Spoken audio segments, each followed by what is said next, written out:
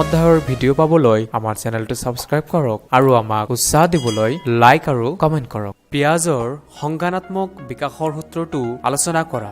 উত্তৰ: পিয়াজে শিশুৰ বিকাশৰ 4টা স্তৰৰ বিষয়ে বৰ্ণনা কৰিছে। 1 নম্বৰ সংবেদন সঞ্চালনমূলক স্তৰ। ই জন্মৰ পৰা 2 বছৰলৈ চলি থাকে। এই সময়ত ভাষাৰ বিকাশ হয়। এই স্তৰত কেঁচুৱাই তাৰ চাৰিওফালে হৈ থকা ঘটনাবোৰ প্ৰত্যক্ষ কৰি অভিজ্ঞতা অৰ্জন কৰে। 2 নম্বৰ প্ৰাক কাৰ্যকৰীকৰণ স্তৰ। এই স্তৰৰ বয়স হ'ল 2 পৰা 7 বছৰলৈ। এই স্তৰত অযুক্তিকৰ মানসিক ব্যৱহাৰ দেখা যায়। এই স্তৰত তেওঁলোকে প্ৰতীক যেনে ছবি, শব্দ, ঠাই আৰু মানুহ আদিৰ ব্যৱহাৰ কৰিবলৈ আৰম্ভ কৰে।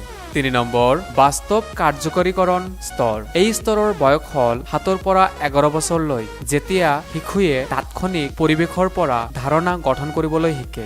এই স্তৰত আকাৰ, আকৃতি বা আন বৈশিষ্ট্যসমূহ চিনিব পৰা হৈ উঠে।